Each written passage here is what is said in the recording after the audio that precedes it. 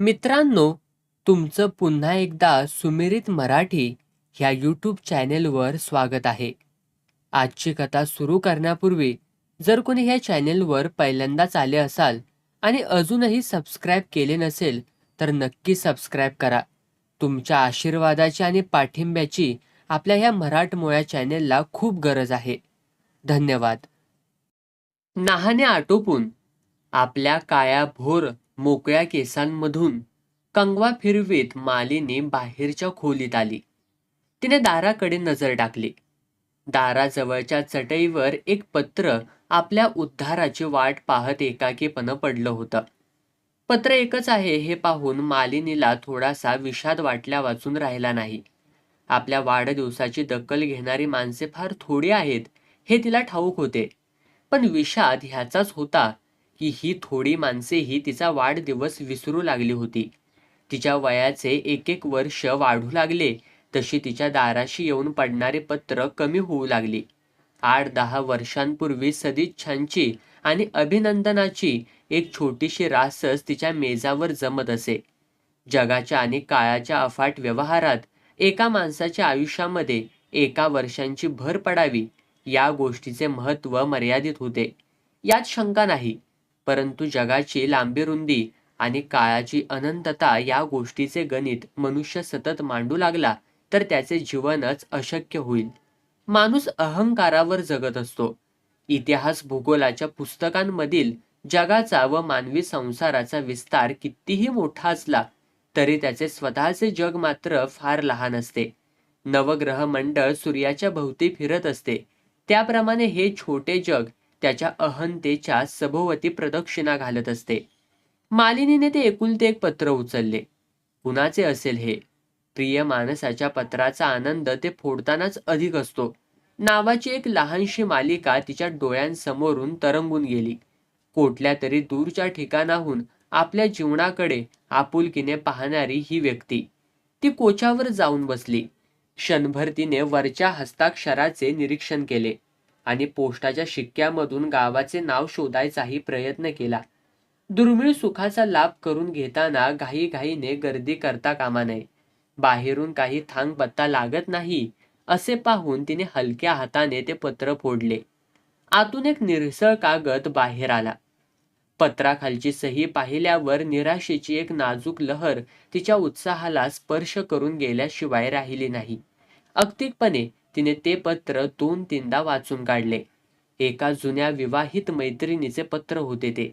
वाढदिवसाबद्दल मालिनीचे वारंवार अभिनंदन करून तिने लिहिले होते. तू काही आमच्यासारखी संसारात म्हणजे मुलांच्या गराड्यात आणि चुलीच्या व्यापात गुंतलेली नाहीस. तू स्वतंत्र आहेस, करती-सवरती आहेस. एका मोठ्या शाळेचे मुख्य अधिकारी आहेस. तुला अधिक यश मिळो असं म्हणण्यात काही अर्थ आहे. तुला याहून मोठं अधिकारपद मिळेल, सत्ता मिळेल, अधिक अर्थलाभही होईल आणि हे सारं तुझं स्वतःचंच असणार. आमच्यासारख्यांच्या बाबतीत कुणाचे शुभाशीर्वाद सफल झाले तर जास्तीत जास्त काय होणार? 4 मुलं आहेत, त्याऐवजी अष्टपुत्रा होईन इतकंच. कॉलेजात शिकत असतानाच आपल्या वाटा वेगवेगळ्या झाल्या. आपण दोघी अगदी वेगळ्या जगात जाऊन पडलो. कधी कधी वाटतं मीही तुझ्याच वाटेनं गेलं असतं तर बरं झालं असतं. तुलाही कधी असं वाटत नाही का ग? मालिनीने पत्र वाचून टेबलाच्या खणात ठेवून दिलं. परंतु त्या पत्रामुळे जागे झालेले विचार मात्र तिला त्या पत्राप्रमाणे दूर करता आले नाहीत. तुलाही कधी असं काही वाटतं का? म्हणे. न वाटायला काय झालं? मी काय मनुष्य नाही की स्त्री नाही? ती उठली आणि कोपऱ्यात असलेल्या मोठ्या आरशासमोर जाऊन उभी राहिली. जणू त्या आरशात दिसणाऱ्या त्या प्रतिबिंबांचा अभिप्राय तिला आजमायचा होता. त्या प्रतिबिंबाने मालिनीला सांगितले की तू प्रौढ असलीस तरी तुझ्या स्त्रीत्वाची व स्वरूपाची मोहिनी कमी झालेली नाही. चेहरा कृश असला तरी तरतरीत व रेखीव होता. रेशमासारख्या मऊ व किंचित ओलसर अशा केसांच्या महिरपीत चेहऱ्याची कांती विशेष उजळून दिसत होती. ब्लाऊजमधून किंचित अनावृत्त होणारा वक्षभाग आपल्या संपन्नतेची साक्ष देत होता. पांढऱ्या तलम वस्त्रामध्ये आच्छादितले सारेच शरीर निकोप, डौलदार आणि आकर्षक होते. स्वतःच्याच प्रतिबिंबाची मोहिनी पडून मालिनी त्याकडे त्रयस्थाप्रमाणे पाहू लागली. यौवनाचा पहिला बहर ओसरून गेला होता यात शंकाच नाही. वयाची 36 वर्षे संपून आज 37च्या वर्षास प्रारंभ झाला होता. सुमारे 1.5 तपापूर्वी आपल्या मार्गावर पुष्कळचे सडे घालत आणि स्वप्नांची सुवर्ण मंदिरे उभारत जीवनामध्ये प्रवेश करणारा वसंत आता प्रणयाची तयारी करू लागला होता. फुलांचा रंग फिक्का पडत होता. सुगंधातील उत्तानता मावळत चालली होती. परंतु वसंत अद्याप गेलेला नव्हता हेही खरे. पण वसंत येवो जावो त्याच्याशी आपल्याला काय करायचं आहे? ज्या गावाला जायचंच नाही त्याची वाट विचारायचं काय कारण? ती आरशापासून दूर झाली व पुन्हा कोच्यावर येऊन बसली. जवळच्या चौपाईवर पडलेले एक पुस्तक तिने उचलले आणि त्याची पाने ती चाळू लागली. परंतु पुस्तकातही तिचे लक्ष लागेना. पानावर छापलेल्या अक्षरांच्या ओळी तिला निरर्थक, निर्जीव वाटू लागल्या. ज्या विचारांपासून ती दूर होण्याचा प्रयत्न करीत होती ते तिच्या मनाभोवती गर्दी करू लागले. 2-3 महिन्यांपूर्वी शाळेतील संमेलनात एका मुलीने तांब्यांची एक कविता गाऊन दाखवली होती.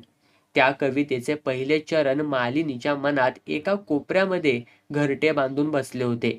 विचारांच्या कोलाहलात ते सुरेल स्वर पुन्हा तिला ऐकू येऊ लागले. समज मानिनी मान न करी गे, झळक चपलही, व्ययार्थ हिस्तव प्राण्याचा अपमान न करी गे. ते गीत ऐकताना तिचा जीव किती कासावीस झाला होता. आपल्याला उद्देशूनच कवीने ही कविता लिहिली आहे की काय असा निरर्थक विचार तिच्या मनात येऊन गेला. अधर रसाचे दान करण्यात कृपणता करू नकोस अशा आशयाचा चरण ऐकल्यावर तर तिला आपल्या जागेवर बसून राहणेही अशक्य झजले. काहीतरी निमित्त काढून ती उठली व बाहेर गेली. परंतु त्या कवितेने तिला सोडले नाही. आईच्या पाठोपाठ धावणाऱ्या मुलाप्रमाणे ते 2-3 चरणही तिच्या पाठोपाठ धावत आले आणि तिची इच्छा न जुमानता तिच्या अंतःकरणात जाऊन बसले. मालिनीची अवस्था न्यायालयाच्या पिंजऱ्यात उभ्या राहिलेल्या आरोपीप्रमाणे झाली.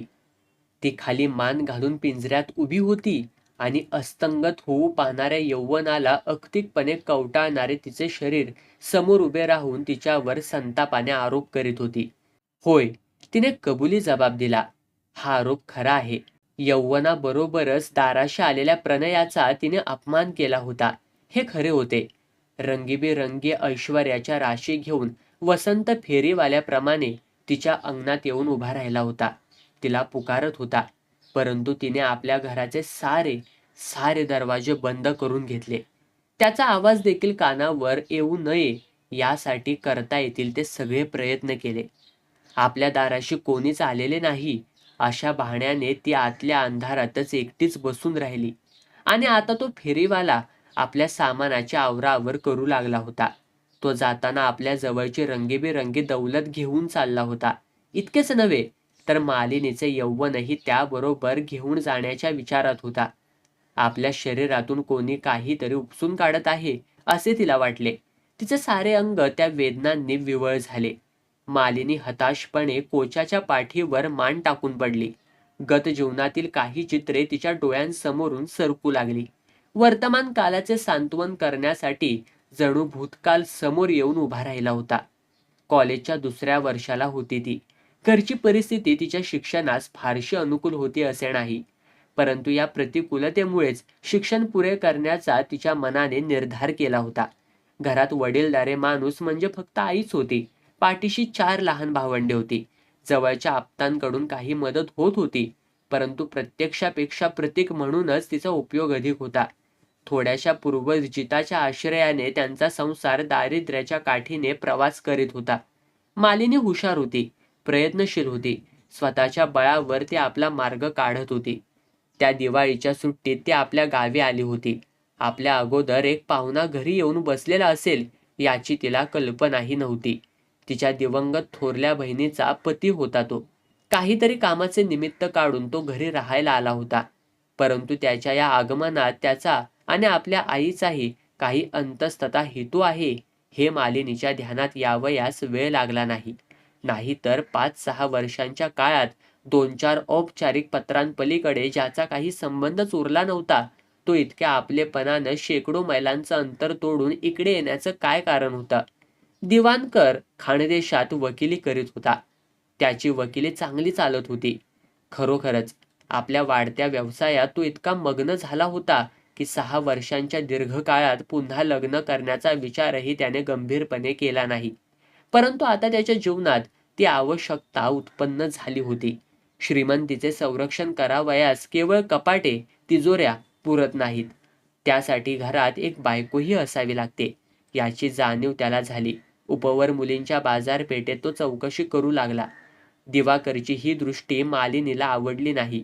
दिवाकर तिच्यापेक्षा वयाने बराच मोठा होता. शरीरयष्टीने तो धिप्पाड व उमदा होता. त्याच्या व्यक्तित्वात आकर्षण होते, यात काही शंका नाही. परंतु जेथे माणुसकीपेक्षा आर्थिक व्यवहाराचेच महत्त्व अधिक मानले जाते आणि कागदावरील करार कायद्यानेच जेथील व्यवहार नियंत्रित होतो, अशा दिवाणी न्यायालयाशी तो आशा आकांक्षाने एकरूप झाला होता. लग्नाकडे तो कोणत्या दृष्टीने पाहत आहे हे कळावयास मालिनीला उशीर लागला नाही. लग्न करायचेच नाही असे तिने ठरवले होते, पण करायचेच असते तरी ते दिवाकर सारख्याशी नाही. दिवाकरशी ती थोडीफार बोलत असे. त्याच्यासमोर आल्यावर तिला बुजल्यासारखे वाटे. एरवी सर्वांशी खूप बोलणारी, सर्वांशी मोकळेपणाने वागणारी, परंतु दिवाकर समोर आला की थोडी चाहूल लागताच झाडावर पळून जाणाऱ्या खारीप्रमाणे तिची शब्दशक्ती अंतःकरणाच्या कुठल्या तरी कोपऱ्यात जाऊन दडत बसे. हृदय धडधडू लागले. सर्वत्र धीटपणे संचारणारी तिची नजर पारिजातकाच्या फुलाप्रमाणे जमिनीवर अगतिकपणाने गळून पडे. साऱ्या शरीरातून लज्जेच्या व संकोचाच्या लहरी सळसळून जात. तिला स्वतःचा राग येई. दिवाकर विषयी आपल्याला काहीही वाटत नाही, त्याच्याशी आपल्याला काही कर्तव्य नाही, मग त्याच्या समोर असा संकोच बाळगायचं कारण तरी काय? आपल्या जागृत व्यक्तित्वावर पडदा घालून एखाद्या पराभूत बंदिवानाप्रमाणे आपण त्याच्या समोर थरथरत का उभे राहावे? परंतु या प्रश्नांची उत्तरे तिला मिळाली नाहीत, अथवा त्या प्रश्नांची कारणेही नाहीशी झाली आहेत. सोने नाण्याच्या एखाद्या थैलीकडे अथवा एखाद्या मिष्ट खाद्य वस्तूकडे माणसाने दृष्टी टाकावी, त्याप्रमाणे दिवाकर आपल्याकडे पाहत आहे, त्याच वृत्तीने आपल्याशी बोलत आहे असे तिला वाटले. कित्येकदा न बोलताच तो तिच्याकडे स्मित करीत पाहत राही आणि एरवी बोलू लागला म्हणजे तिचे शिक्षण, तिचे व्यक्तित्व, तिचा स्वाभिमान वगैरे सर्व गोष्टींकडे संपूर्ण दुर्लक्ष करून केवळ ती एक तरुण मुलगी आहे या एकाच दृष्टीने तिच्याशी बोलत राही. मालिनीला राग येई, आतल्यात तिची चरफड होई, पण तिला प्रतिकार करता येत नसे. त्याच्या या दृष्टीमुळे आपण खरोखरीच एखाद्या खाद्यवस्तूप्रमाणे निर्जीव व निरहंकारी आहोत की काय, अशी तिला शंका येई. दिवाकरने तिला स्पष्टपणे काही विचारले नाही व तिनेही काही सांगितले नाही. परंतु तिच्या आईने तिच्याजवळ ती गोष्ट काढली, निदान सूचित तरी केली. आपल्याला लग्नच काय, पण त्यासंबंधी विचारही सध्या करायचा नाही, हे तिने आईला बजावून सांगितले. आईनेही अधिक आग्रह न करता दिवाकरला तो अभिप्राय कळविला. दिवाकरने दुसऱ्याच दिवशी सकाळी जायचे ठरविले. मालिनीच्या नकाराने कसलाही विषाद वाटल्याचे चिन्ह त्याने दर्शविले नाही. एखाद्या दुकानात सौदा जमला नाही म्हणजे मनुष्य जितक्या निर्विकारपणे पायऱ्या उतरून पुढे जातो, तितकाच निर्विकारपणा त्याच्या वागण्यात दिसत होता. मालिनीचा राग अधिकच वाढला. आपला स्वाभिमान कुस्करला जात आहे असे तिला वाटले. पण त्या रात्री तिला आलेला अविस्मरणीय अनुभव. घराच्या मधल्या दालनात ती कॉटवर झोपली होती. खाली जमिनीवर तिच्या धाकट्या भावंडांचे बिछाणे होते. दिवसा झालेल्या बोलण्यामुळे तिचे मन अस्वस्थ होते. दिवा मालवला तरी पापण्या मिटेनात. अखेरी मध्यरात्र उलटून गेल्यावर तिला झोप लागली. जागृतीतून निद्रेमध्ये आपण केव्हा प्रवेश केला हेही तिला समजले नाही. परंतु झोप लागली तीही अस्वस्थ. चित्रविचित्र स्वप्नांची असंबंध मालिका तिच्या दृष्टीसमोरून सरकत होती. पहाटे 2-3च्या सुमारास ती अचानक जागी झाली. जाग आल्याबरोबर आपल्या हातावर कोणाचा तरी हात असल्याची तिला जाणीव झाली. हा हात कोणाचा हे तिच्या ध्यानात यायला विलंब लागला नाही. तो स्पर्श पुरुषाचा होता आणि तो पुरुष दिवाकर होता. प्रथमतः झालेला तो पुरुषाचा प्रणय स्पर्श होता. दिवाकरची मोठी थोरली व किंचित कठीण अशी बोटे तिच्या हाताभोवती आवळली जात होती. आपल्या अंग प्रत्यंगातून विजेचा दाहक प्रवाह वाहत आहे असे तिला वाटले. कुठल्या तरी अंतःप्रेरणेने ती चटकन बिछाण्यावर उठून बसली. उठून बसल्यामुळे आपण दिवाकरच्या बाहुपाशात प्रवेश करीत आहोत हे काळोखामुळे तिच्या लक्षात आले नाही. दिवाकरने तिला आपल्या बाहूत गाढ आवेगाने वेढून घेतले आणि काय होते आहे हे तिच्या ध्यानात येण्यापूर्वीच तिच्या ओठांचे गालांचे चुंबन घेतले. मालिनीच्या अभिमानाप्रमाणेच तिचे शरीरही कुस्करले गेले. मालिनीला कसलेही भान उरले नाही. त्याच्या मिठीचा व ओठस्पर्शाचा तो अनुभव इतका विलक्षण, इतका प्रक्षोभक होता की त्या क्षणापुरते तरी त्या अनुभवापलीकडे तिला इतर जीवन उरलेच नव्हते. क्षणभरात दिवाकर पुन्हा दूर झाला. जाण्यापूर्वी त्याने मालिनीचा हात नाजूकपणे हातात घेतला व आपल्या डोळ्यांवर ठेवला. त्या डोळ्यांतून पाणी वाहत होते. हाताला लागलेल्या त्या आसवांनी मालिनीच्या अंतःकरणाला काही संदिग्ध समाधान झाले. तिच्या दुखावलेल्या स्वाभिमानाला पुन्हा नवीन जीवन प्राप्त झाले. दुसऱ्या दिवशी सकाळी दिवाकर निघून गेला. तिच्या आयुष्यातून कायमचा निघून गेला. जाताना तो नेहमीप्रमाणेच वागला, नेहमीप्रमाणेच बोलला. पहाटेच्या अंधारामध्ये त्याच्या डोळ्यांतून गळलेल्या अश्रूंचे कुठलेही स्मृतिचिन्ह दिवसाच्या प्रकाशात त्याच्या मुद्रेवर आढळले नाही. त्या 2-4 क्षणांमध्ये मालिनीच्या आयुष्यात केवढे मोठे स्थित्यंतर घडून आले होते. ज्या गोष्टी ती आतापर्यंत केवळ ऐकत होती, कथा काव्यातून वाचत होती, त्यांचे प्रत्यक्ष प्रत्यंतर तिला आले होते. रागाच्या, तिरस्काराच्या अथवा दुसऱ्या कोणत्याही तशा भावनेपेक्षा त्या अनुभवाच्या अपूर्वतेने आणि अद्भुततेनेच तिचे मन भारावून गेले. आणि त्याच दिवशी तिने निर्धार केला की असे काही पुन्हा होऊ द्यायचे नाही. असे काही घडू देणे म्हणजे आपल्या आशा आकांक्षांवर, स्वाधीनतेवर निखारा ठेवणे आहे. त्या 2 क्षणांत आपण किती परतंत्र झालो होतो, किती अगतिक झालो होतो. विश्रामच्या बाबतीत मालिनीस आलेला अनुभव अगदी भिन्न स्वरूपाचा होता. प्रेमाच्या भावात्मक उत्कटतेचा प्रत्यय तिला पूर्वी आला नव्हता. त्याचप्रमाणे तो आत्ताही आला नाही. परंतु विश्रामला अखेरचा निरोप देताना आपल्या अंतःकरणाला बारीक तडा जात आहे असे तिला वाटल्या वाचून राहिले नाही. तिचे ते दुःख प्रेमातून उद्भवलेले नव्हते. त्याच्या मुळाशी सहानुभूतीची, अनुकंपेचीच भावना होती. परंतु तरी ते दुःख होते यात मात्र शंका नाही. आज विश्राम महाराष्ट्रातील एक नामवंत कवी व कथाकार झालेला होता. कोच्यावर बसल्या बसल्या मालिनीची नजर सहजपणे पलीकडच्या शेल्फकडे वळली. त्या शेल्फवर विश्रामची काही पुस्तके होती. त्याने प्रारंभी काही भेट म्हणून पाठविलेली आणि काही तिने आपण होऊन विकत घेतलेली. काव्य, कथादी साहित्य वाचण्याचा वा संग्रही ठेवण्याचा तिला मोठासा नाद होता असे नाही. पण विश्रामच्या वाङ्मयासंबंधी तिला कुतूहल वाटत असे. अद्यापही वाटत होते. विश्रामच्या जीवनाला तिचा जो स्पर्श झाला होता त्याचे संस्कार विविध रूपात त्याच्या लेखनात प्रकट झालेले होते व ते हुडकून शोधून काढण्यात तिला मौज वाटे. तिच्या अहंकाराचे समाधान होई. त्याच्या पहिल्या कविता संग्रहातील अनेक कविता तिला उद्देशूनच लिहिलेल्या होत्या. त्यात तिच्या शरीररूपाचे वर्णन होते आणि मानसिक गुणांचा गौरव होता. आणि त्याहून विशेष म्हणजे एका प्रतिभाशाली व हळूवार वृत्तीच्या माणसाने तिच्या प्रेमासाठी घेतलेल्या ध्यासाचे अत्यंत हृदयंगम व कारुण्यपूर्ण असे चित्रण त्यात होते. त्या कवितांकडे दृष्टी टाकली म्हणजे तिला स्वतःच्या सामर्थ्याची जाणीव होई. तिच्या संथ आणि रसहीन जीवनात त्या सामर्थ्याची स्मृती तिला फार उत्तेजक वाटे. त्या दोघांनाच ठाऊक असलेले ते एक रहस्य होते. निरुपयोगी परंतु अत्यंत मूल्यवान असा अलंकार केवळ स्वामित्वाच्या भावनेने वारंवार बाहेर काढून पाहावा, त्याप्रमाणे त्या रहस्याचा ती स्वतःशीच वारंवार विचार करी. दिवाकर आणि विश्राम यांच्यातील भिन्नता केवळ स्वभाव धर्मातील होती असे नाही. दिवाकर हा तिच्यापेक्षा वयाने बराच मोठा, अंगलटीने भरदार, वृत्तीने विनोदी आणि व्यवहारात यशस्वी असा होता.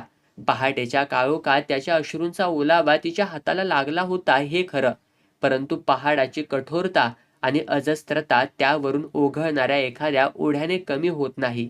दिवाकर समोर येऊन उभा राहिला म्हणजे केवळ दृष्टिक्षेपाने आपल्याला पराभूत करी पाहणारी उत्तम विजयी वृत्ती समोर उभी आहे असा तिला भास होई. विश्राम तिच्यापेक्षा वयाने लहान होता. तो वृत्तीने संकोचशील व मितभाषी होता. व्यावहारिक नफा तोट्याची व लौकिक यशापशाची त्याला कदर नव्हती. स्वतःभोवती स्वतःच कोश निर्माण करून त्यात राहणाऱ्या किड्याप्रमाणे तो स्वतःच्या भावनांच्या, विचारांच्या व कल्पनांच्या जगामध्ये राहत होता. मालिनीला जिंकण्याच्या दृष्टीने तो कधीही समोर आला नाही. तो स्वतःच जिंकला गेला होता. धाकट्या भावाच्या स्नेही म्हणून विश्राम प्रथम तिच्याकडे येत असे. तो तिच्याशी फारसा बोलत नसे, तिच्याकडे फारसा पाहत देखील नसे. त्यावेळी ती BA होऊन पुण्यातील एका शाळेत अध्यापिका म्हणून काम करीत होती. धाकटा भाऊ कॉलेजच्या वसतिगृहात राहत असे. त्याच्या बरोबरच तो नेहमी घरी यायचा. ती त्याच्याशी मोकळेपणाने बोलायची, हास्यविनोद करायची, परंतु संकोचाने भरलेल्या स्मिताखेरीज त्याच्याकडून तिला फारसा जबाब मिळत नसे. एकदा तिने भावाकडे पाहून थट्टेने विचारले, विश्रामना माझ्याशी बोलायला आवडत नाही वाटतं. भाऊ हसत उत्तरला, अगं तुझ्याशीच काय, कुणाशीच बोलायला त्याला आवडत नाही. शब्दांचा उपयोग तो बोलण्याकडे करत नाही, लिहिण्याकडे करतो. म्हणजे तुम्ही लेखक आहात वाटतं. मालिनी वळून कुतूहलाने म्हणाली. आपल्या संबंधीची ही चर्चा ऐकून विश्रामचा चेहरा लज्जेने लाल झाला होता. गोंधळून जाऊन त्याने काहीतरी अस्पष्ट उत्तर दिले. 1 वर्षानंतर मालिनीचा भाऊ शिक्षणक्रम बदलून परगावी गेला. तोपर्यंत विश्रामचे येणे जाणे वाढले होते. पुढे पुढे विश्राम ही तिच्या जीवनातील एक आवश्यकताच होऊन बसली. घरात वृद्ध आईशिवाय दुसरे कोणीच नसल्यामुळे तिला कोणाच्या तरी सहकार्याची, कोणाच्या तरी स्नेहाची जरुरी होती. तिला विश्रामचा मोठा आधार वाटू लागला. परंतु विश्रामच्या एकाकी भावशील जीवनाला आपण स्वतः केवढा आधार दिला आहे याची मात्र तिला जाणीव झाली नाही. वाऱ्याच्या लहरी स्वभाव वृत्तीनेच वाहत असतात आणि जेथे वाहतात तेथे शीतलता निर्माण करतात. परंतु त्या कोठेही थांबून राहत नाहीत, कोठेही स्वतःसाठी विसावा शोधत नाहीत. कित्येक स्त्रियांचीही अंतःकरणे अशीच असतात. केवळ स्वधर्मामुळेच त्या सभोवारचे वातावरण स्नेहाने समृद्ध करतात.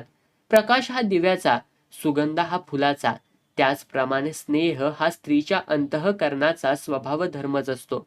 आणि म्हणूनच आपल्या स्नेहाचा विश्रामने घेतलेला विशिष्ट अर्थ जेव्हा मालिनीला उमगला तेव्हा तिला आश्चर्य वाटले आणि वाईटही वाटले. एके दिवशी संध्याकाळी विश्राम आला. बराच वेळ काही न बोलताच तो स्वस्थ बसून राहिला. समोर आलेला चहा तो न बोलता प्यायला. पोह्यांची बशी त्याने कशी तरी संपवली.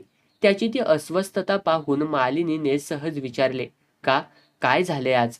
काही नाही, तो अडखळत उत्तरला. पण तुम्हाला आता वेळ आहे का? वेळ? वाटेल तेवढा आहे. मी तुम्हाला त्याने खिशातून एक कागद काढला. काय आहे ते? कविता आहे. कविता? कुणाची? बघूया तरी. हसायचं नाही, ही शर्त आहे. म्हणजे तुमचीच आहे वाटतं. हो, माझीच आहे. मालिनीने उत्साहाने तो कागद घेतला व कविता वाचावयास सुरुवात केली. शीर्षक वाचताच ती जरा चमकली. निळ्या मोहरेदार कागदावर सुंदर हस्ताक्षरात लिहिलेल्या त्या कवितेचा मतळा तुला असा होता. एक एक ओळीतून ती पुढे जाऊ लागली. तसा तसा कवितेचा अभिप्रेत अर्थ तिच्या ध्यानात येऊ लागला. कविता तिला उद्देशूनच लिहिलेली होती नव्हे, ती तिला लिहिलेले काव्यमय पत्रच होते. तू मला दुरून प्रकाशदान करीत आहेस. माझ्या एकाकी व उदासीन जीवनावर प्रेमाची पाखर घालत आहेस. हृदयात सुप्त असलेले काव्य शब्दरूप करण्यासाठी तूच मला स्फूर्ती देत आहेस.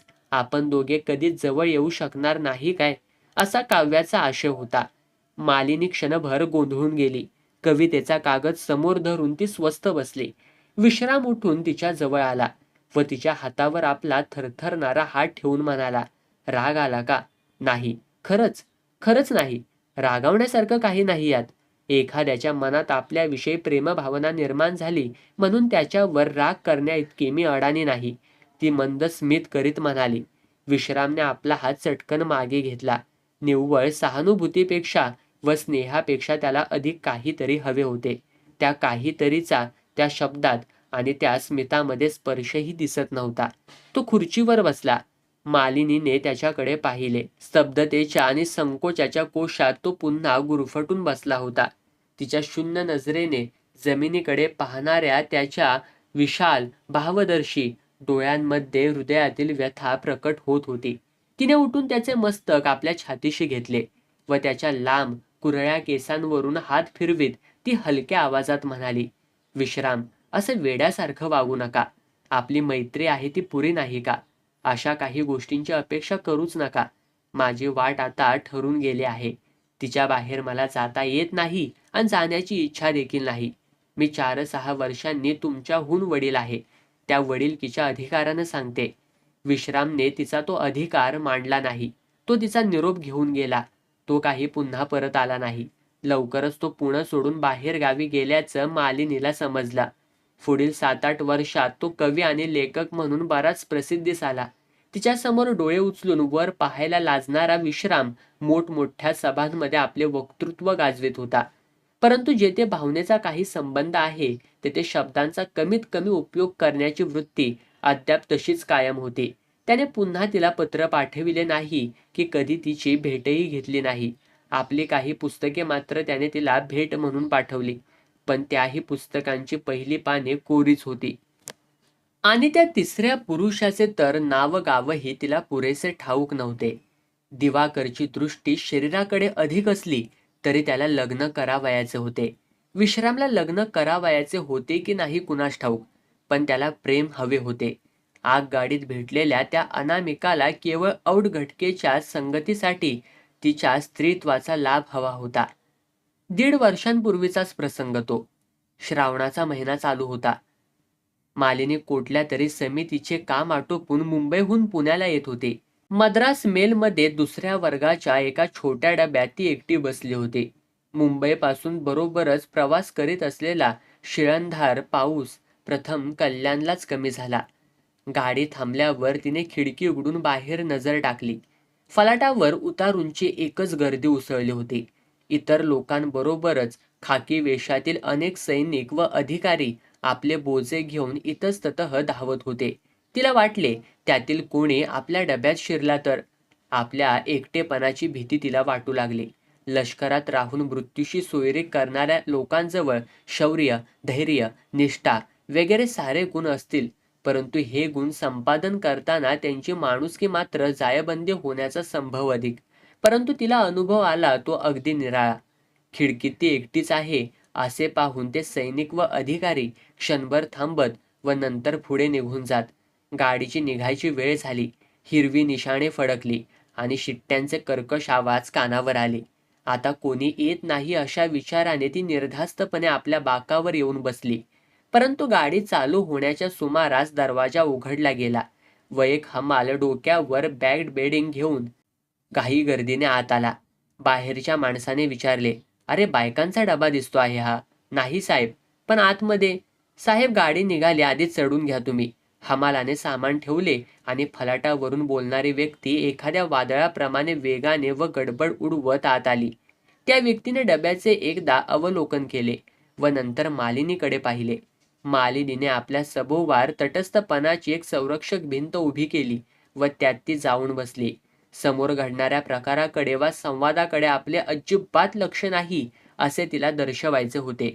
परंतु ही तटस्थता तिला फार वेळ टिकवता आली नाही. त्या व्यक्तीने ती टिकू दिली नाही. डोळ्यांसमोर वर्तमानपत्र धरून ते वाचण्याचा तो बहाणा करीत होता. परंतु त्याची नजर अधूनमधून मालिनीकडे वळत होती व तिचे लक्ष आपल्याकडे नाही असे पाहून तिच्या शरीरावर, मुद्रेवर रेंगाळून राहत होती. मालिनीला हे सारे जाणवत होते. पुरुषांची दृष्टी आपल्याकडे केव्हा वळलेली असते हे सवयीने तिला आता न पाहता कळून येत असे. ती आपल्या तटस्थतेच्या पांघरुणात अधिकच गुरफटून बसली. पण त्या प्रवाशाला ही निशब्दता फार वेळ सहन झाली नाही.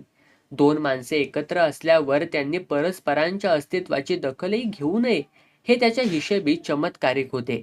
वृत्तपत्र बाजूला ठेवून त्याने आगगाडीच्या रीतिरिवाजातील तो पहिला प्रश्न विचारला, आपण कुठे जात आहात? पुण्याला. मालिनी नाईलाजाने उत्तरली, असं होय, मीही पुण्याला चाललो आहे, पण 2च दिवस तिथे राहणार आहे. पुढे लगेच कोल्हापूरला जायचं आहे. तेथील करवीर आयर्न अँड स्टील प्रोडक्ट्सचा प्रतिनिधी आहे मी. मालिनी काहीच उत्तरली नाही. त्या माणसाच्या आत्मवृत्तात तिला काहीही रस नव्हता. तो पुण्याला जाओ, कोल्हापूरला जाओ, नाहीतर मद्रासला जाओ. आणि करवीरची ती कंपनी कितीही मोठी असली तरी लोखंडी अथवा पोलादी अवजारांशी तिला काहीही कर्तव्य नव्हते. ती पुन्हा आपले पुस्तक वाचू लागली. मुंबईहून आलात का? होय. खूप पाऊस असेल तिकडे? हो, खूप आहे. मी दिल्लीहून आलो. दिल्लीहून? ती अभावितपणे कुतूहलाने उद्धरली. होय. आता पंजाब मेलनं कल्याणला आलो. दिल्लीकडे अजून उन्हाळ्यात चालू आहे. असं. स्वतःच्या मुलखात आल्यावर किती बरं वाटतं. 24 तासांनंतर आता प्रथमच मराठी बोलतो आहे मी. किती दिवस होतासा तिकडे? 7-8 महिने होतो. कंपनीची नवीन केंद्र काढायची होती तिकडे. आता पुन्हा दिल्लीला परत जाणार. तूर्त तरी नाही, परंतु वर्ष 6 महिन्यात पुन्हा जावं लागेल. कदाचित तिकडेच राहावं लागेल. आपण संवादात वाहत जात आहोत याची अपराधी जाणीव मालिनीला झाली. पुन्हा तटस्थतेच्या घरट्यात शिरण्याचा यत्न करीत ती खिडकीतून बाहेर पाहू लागली. कर्जत निघून गेले आणि घाटाला प्रारंभ झाला. तिचा सहप्रवासी समोरच्या खिडकीजवळ उभा राहून बाहेरच्या देखाव्याचे तन्मयतेने अवलोकन करीत राहिला. किती विलक्षण देखावा आहे हा, जरा वेळाने तो उद्गारला. पोलाद लोखंडाचा व्यवसाय करणाऱ्या या माणसाची रसिकता इतकी सुरक्षित राहावी या गोष्टीची मालिनीला मौज वाटली. तिनं मान वळवून तो दाखवीत असलेल्या दृश्याकडे पाहिले. तिकडून दिसायचं नाही, इकडे या. आपल्या अरसिकतेचे प्रदर्शन व्हायला नको अशा विचारानेच की काय ती उठली आणि त्याच्या जवळ असलेल्या एका खिडकीतून बाहेर पाहू लागली. बाहेरचे दृश्य खरोखरीच विलक्षण होते. आपली गाडी एखाद्या अभूतपूर्व लोकातून चालली आहे असे तिला वाटले, जेथे घरे नाहीत, शाळा नाहीत, विद्यार्थी नाहीत. मानवी वस्तीच्या संपर्कातून पूर्ण अलिप्त अशा स्वतःच्याच अद्भुत ऐश्वर्यात मग्न होऊन राहणाऱ्या एका अपरिचित यक्ष देशाचे दर्शन आपण घेत आहोत असा तिला भास झाला. सर्वत्र आकाश, डोंगर, पाणलोट, ढग आणि वनस्पती यांचे अनिर्बंध साम्राज्य होते. सृष्टीच्या अगदी अंतःग्रहात येऊन दाखल झाल्याप्रमाणे वाटत होते. निसर्गातील विविध शक्तींनी भरविलेले ते संमेलन फार विलक्षण व अघटित होते. त्यात कुठलीही व्यवस्था वा रचना नव्हती, पण त्या विराट अवस्थेतून उग्र सौंदर्याचे प्रवाह उधाणून वाहत होते. रेलमार्गाशी समांतर असणारी दरी पाताळाप्रमाणे खोल दिसत होती. या पाताळ लोकात पाचूच्या हिरव्या गार राशी आणि मोत्यांचे धावते सर याशिवाय दुसरे काहीच आढळत नव्हते. दरीच्या पहिल्या बाजूस असलेल्या उंच तृणाच्छादित पहाडांवरून पाण्याचे रुपेरी लोट विलक्षण वेगाने व ईर्ष्येने खाली येत होते. त्या दरीच्या तळाशी असलेल्या कोणत्या तरी दुर्लभ वस्तूसाठी जणू सर्वांची धावपळ चालू होती. या साऱ्या वैभवावर देखरेख करण्यासाठीच की काय आकाशातून खाली उतरलेले अभ्रखंड त्या दरीतून इतस्ततः प्रतिहाराप्रमाणे संचार करीत होते. पिंजलेल्या मेघमालेचे कित्येक तुकडे कड्यांच्या अंगावर व माथ्यावर अडकून पडले होते. बाहुपाशातून रागाने दूर होणाऱ्या कामिनीच्या केशबंदातील काही फुले मात्र वल्लभाच्या अंगावर पडली आहेत अशी कल्पना ते दृश्य पाहून मालिनीच्या मनात येऊ गेली. निसर्ग सौंदर्याचा तो अद्भुत विलास मालिनीच्या डोळ्यांना असह्य वाटला. किंचित भांबावून ती एकदम आत वळली.